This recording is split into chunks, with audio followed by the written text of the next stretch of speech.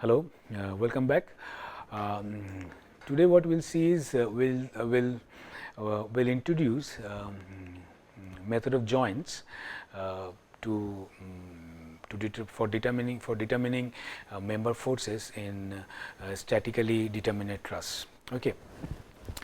Now you see, before let us understand the method of joints through some examples. Okay, in the last class we have seen how to draw free body diagrams of different members, different truss members. We have also seen how to draw free body diagram of different joints. The method of joint essentially the method where the free body diagrams of different joints are used. Okay. And every joints we can have two equilibrium equations. So, total number of equilibrium equations will be 2 into j, j is the number of joints, and then with all these equilibrium equations we have to determine the number of unknown. Number of unknown includes support reactions and also member forces. Okay. Let us demonstrate that through one example first. Okay.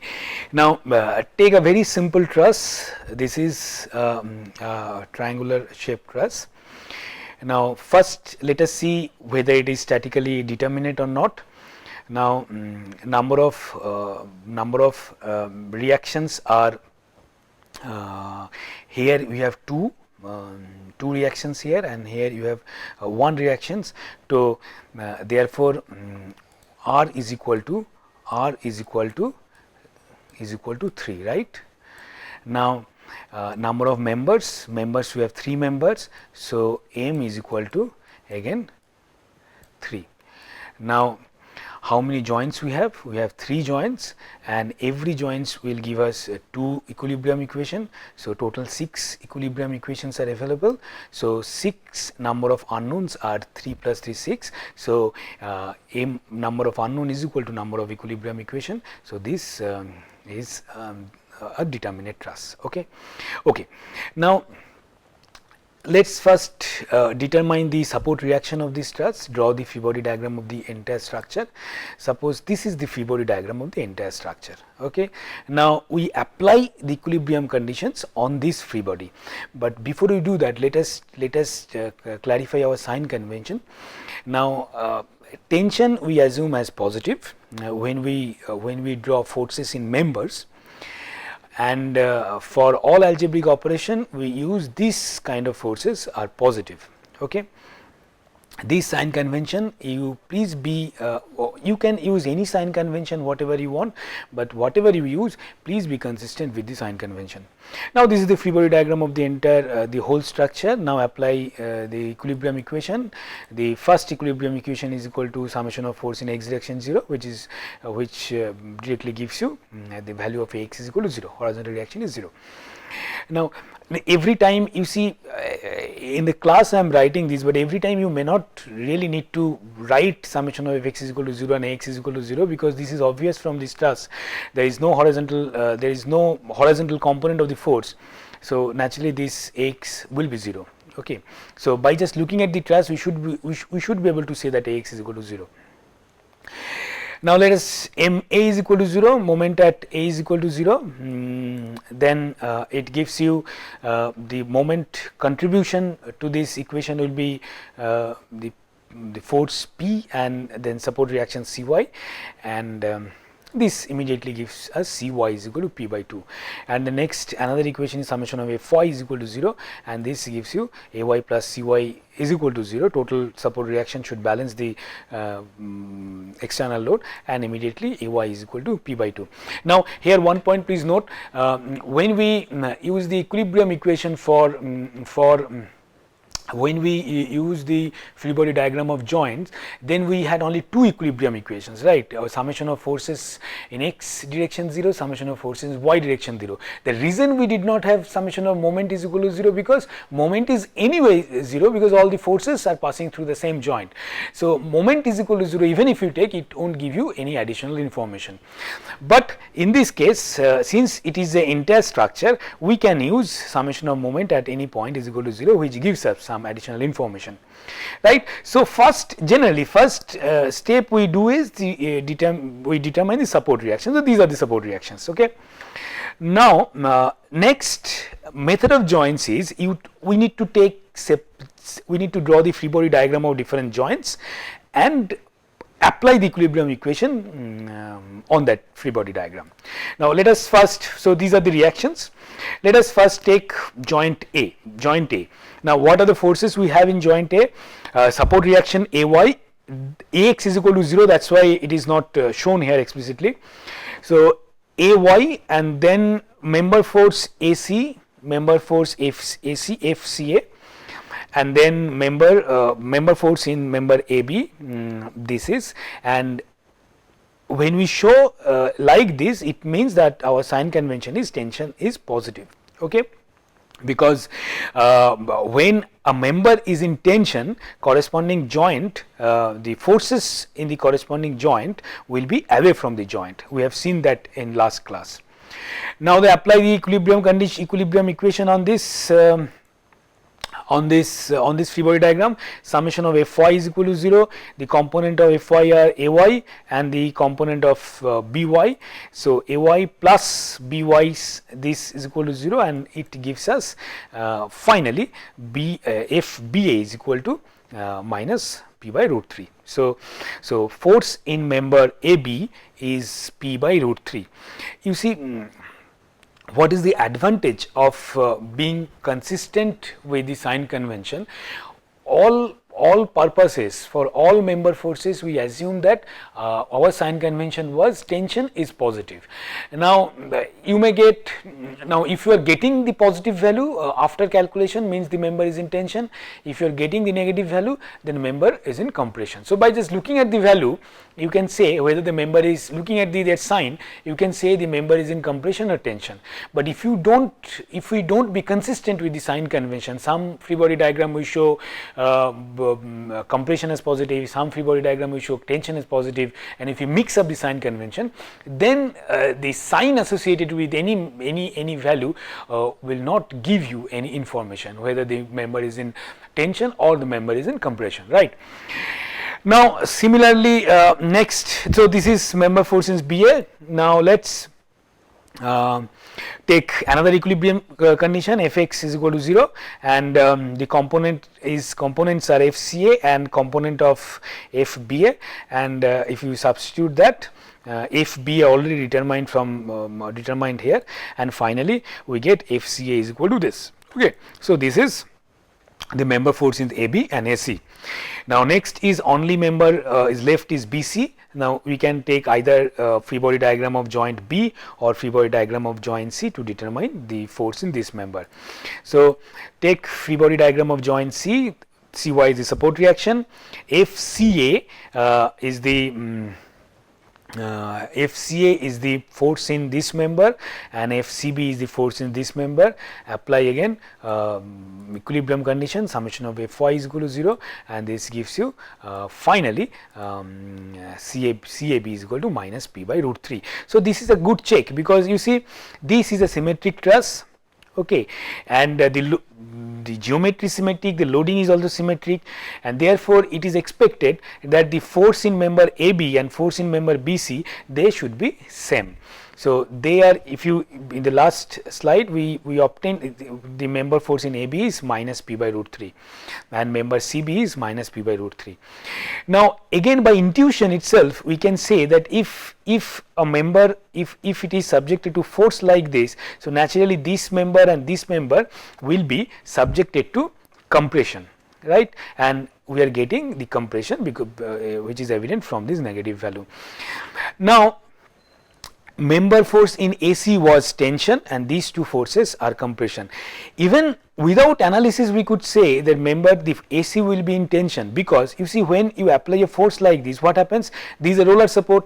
Now since it is roller support, a compression will be transferred in this direction. The horizontal component of this force will try to move this roller support here in this direction. The mechanism we saw in the last class. But now this member will restrict that motion, and when this member C tries to move in this direction and this movement is restricted by member AC, so naturally member AC will be in tension. So why I am saying that, because you do analysis, get some solution, but we should cross check our solution with our intuition, right? Because many problems we should be able to develop, we should be able to by the end of this course we should be able to develop a sense so that just by looking at the structure, by looking at the geometry, looking at the loading pattern, we can say that what could be the probable tension member or compression member, or in the case of beam or frame bending moment or shear force diagram, and then we cross check, then we need all this computation to get their values. Okay. So it is always it is a good practice to first try to understand the truss and their member forces based on our intuition, and then check whether our intuitions are correct or not. Okay. Now these are the forces we have computed. Now you can represent these forces in two ways.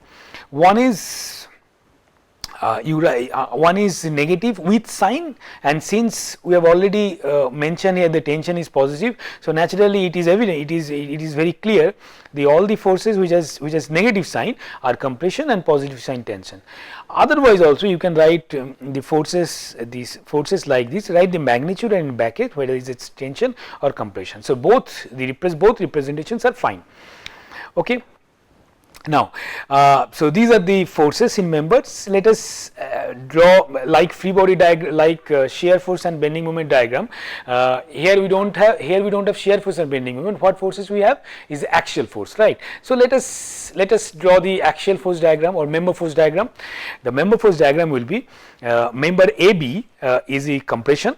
So the value is P by root 3, member BC is in compression, and then again member AC is in tension, the value is this. Okay. This is called member force diagram. You see this, when these arrow are on the members, not at the joints. Okay. So it says that the members are compressed, AB is compressed.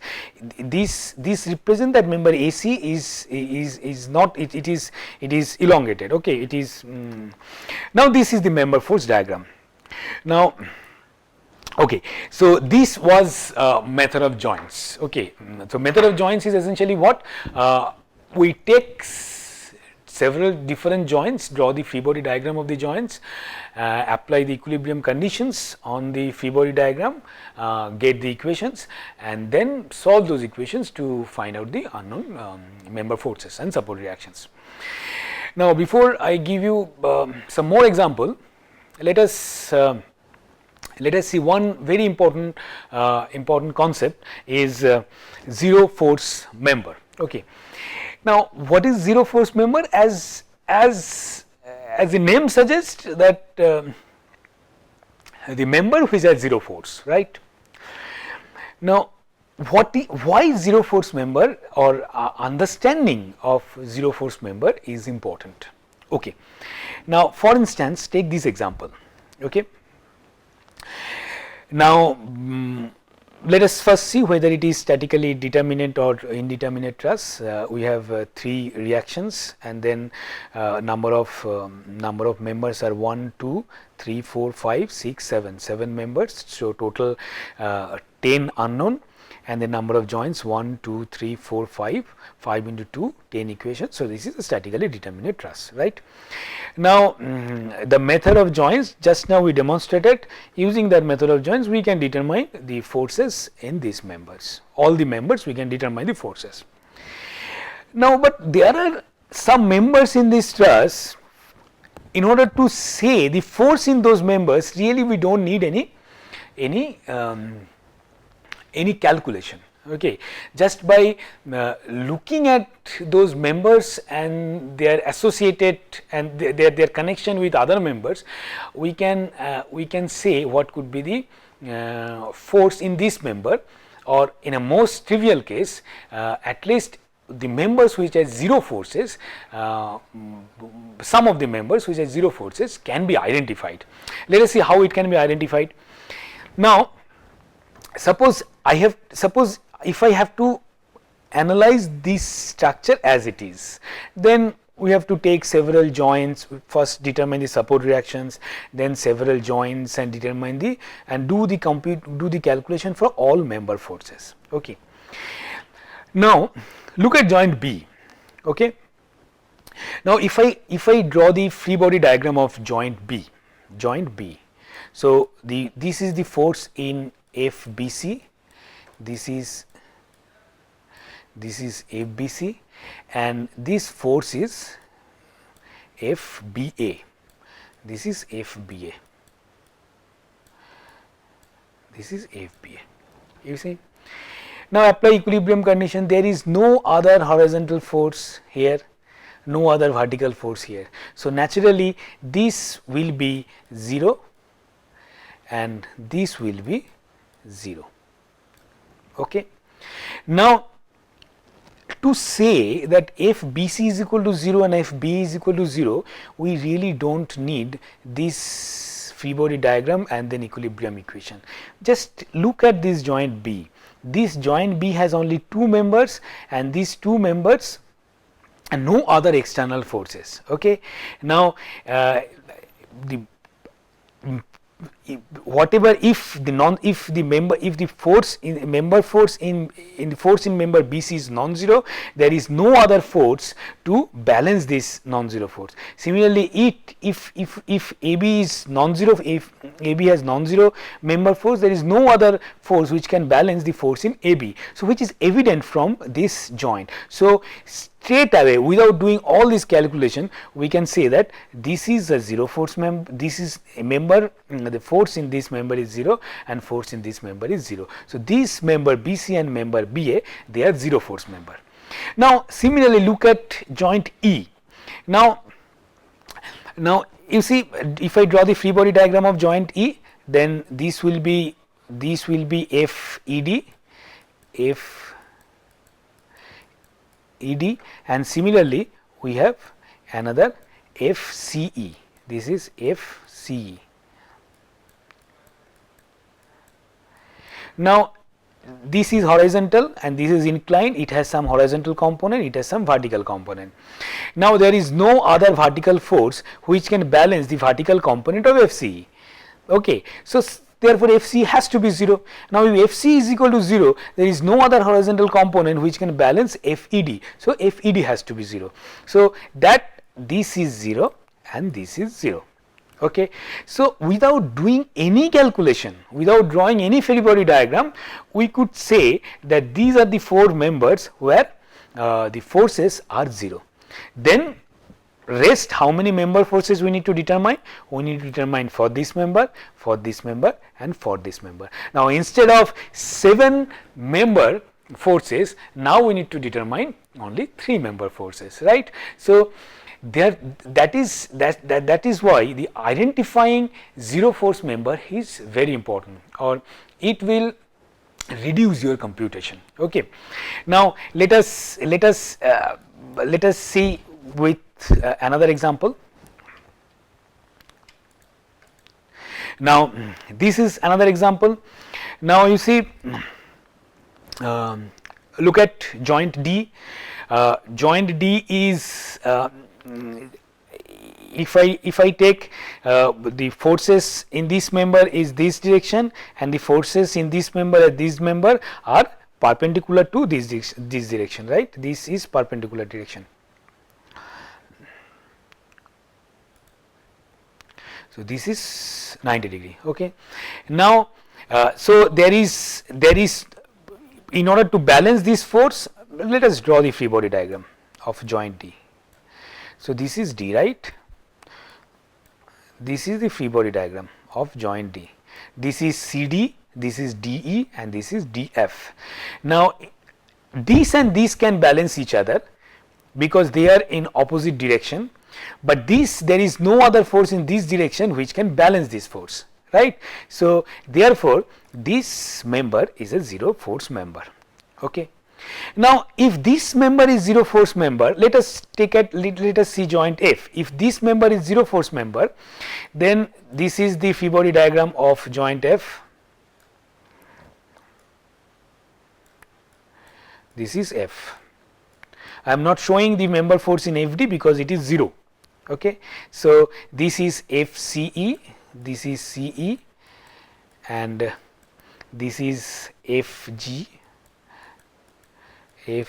and this is FE, this is FE, this FE. Now, it has a force C has some vertical component, but there is no other vertical force which can balance this. So, therefore, C has to be 0. So, member CF has to be 0, CF has to be 0. CF has to be 0. So, this force, this is again a 0 force member. Okay. Now, similarly, can we say the same thing for member BG? We cannot say, because we have a vertical external load here. The component of P in this direction will balance this force. So, we cannot say whether the force in this member is 0 or not. Okay. So, these two members we can easily identify that these two members are 0 force member. The advantage is, now instead of solving for many members, you need to solve for fewer members. And another advantage is, now if I have to take, you see, at every joint you have at most two equations, right? So, when you select a joint, we need to select in such a way that the joint has only two unknown, because if the joint has more unknown, then again only two equation cannot give you all the unknown. So, when we select a joint, we select in such a way that it has only two unknown, okay, or one unknown. Now, if you take, now suppose if we don't identify these member and these members as 0 force member, and let us draw the free body diagram of F, then free body diagram, if we draw the free body diagram of F, then we have the 4 member forces, 1, 2, 3, 4 member forces, but at this point we have only 3 unknown, we have only 2 equations, right. So, we cannot start with joint F. Again, if we take joint D, then also we have 3 unknowns. So, 0, now once we identify that these 2 members are 0 force member, then in the free body diagram of joint F only we have the non-zero forces this and this. So, this is why the identifying 0 force member is very important. Okay. Now, quickly let us see one more example. Okay. Now, this is a truss. Now, what you need to determine the forces in members ED, member ED, and then member EF, and then member GF, and member BH. These are the 4 members we need to determine the member forces. Let us see this. Okay. Okay. Now, first we need to calculate the support reactions. Okay. Now, let us draw the free body diagram on this itself. Okay. This will be F, this will be EY, this will be EY, and then this will be AY, this will be AY, and this will be AX, right. But remember one thing, here just I have to draw another figure, that's why I am showing the support reaction here itself. But when you draw free body diagram, the first thing is the body has to be free from support, right. So, you cannot when you are replacing a support by forces, you cannot show the support. So, this is I am drawing because I can save some time. Okay. Now, we can apply the equilibrium equations on this free body diagram. Summation of Fx is equal to 0, summation of Fy, and summation of moment about A or about E is equal to 0. And if we do that, then we have support reaction.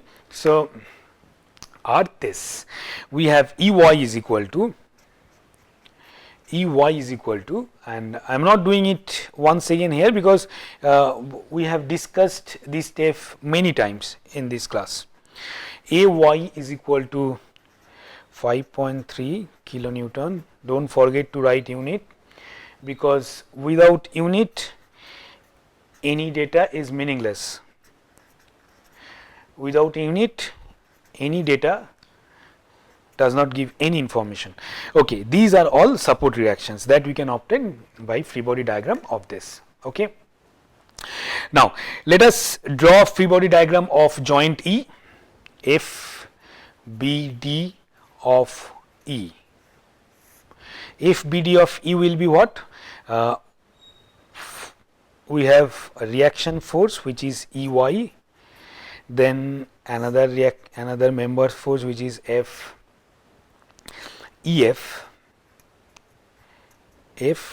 and then this member force as FED.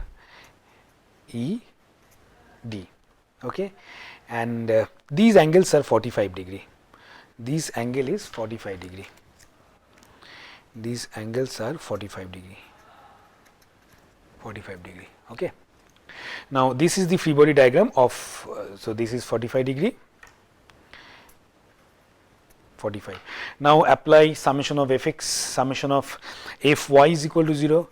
If I take summation of fy is equal to 0, the component of fy is ey, and the component of this gives us ey, which is upward positive, plus fed,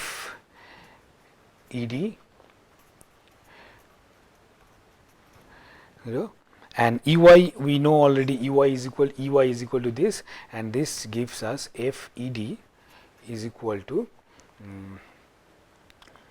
minus 32.5 kilonewton.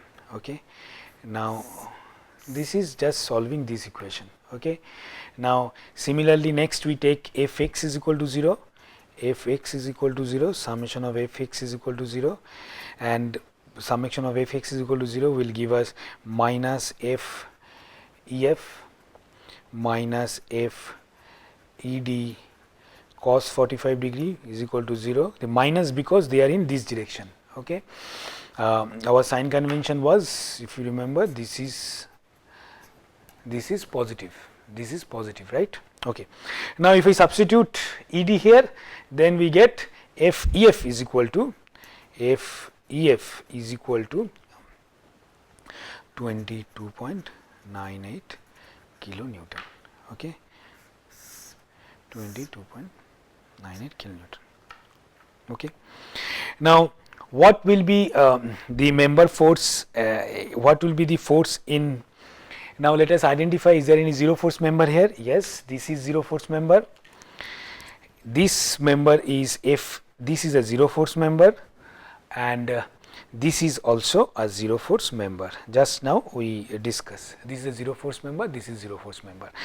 Now when we say that these are zero force member, let us now draw the free body diagram of joint F. Now FBD of F, that gives me, this is FEF and this is FGF. These two forces we do not have to show because these are 0. And now FEF just now we determined here. So naturally from this free body diagram we can say that FEF is equal to FGF. So FGF is equal to same 22.98 kilonewton. Okay, 98 kilonewton. Now let us draw the free body diagram of joint B. Free body diagram of joint B will be, let us do it here. Now joint B is this. This is the member force in FBC. This is member force in FAB. Then 10 kilonewton. And then this is FBH. Now it is not that always the equilibrium equation doesn't say that summation of force in x direction is equal to 0 or summation of force in y direction is equal to 0. The equilibrium equation actually says that if you take two coordinate system, any two coordinate system, two independent coordinate system, then summation of forces in those coordinates, in each coordinate are 0. It could be x and y or any arbitrary oriented coordinate system. Now, so why I am saying that, now look at this free body diagram, Now, now instead of saying that summation of fx is equal to 0, summation of fy is equal to 0, what we can say that summation of forces in this direction is equal to 0 and summation of forces in this direction is equal to 0. Now if I say summation of forces in this direction is equal to 0, then directly we can get that fbh plus 10 is equal to 0 and fbh is equal to minus 10 kilonewton. Okay. So, these are the few now other member forces also you can determine following the similar approach. Okay. Now, what we do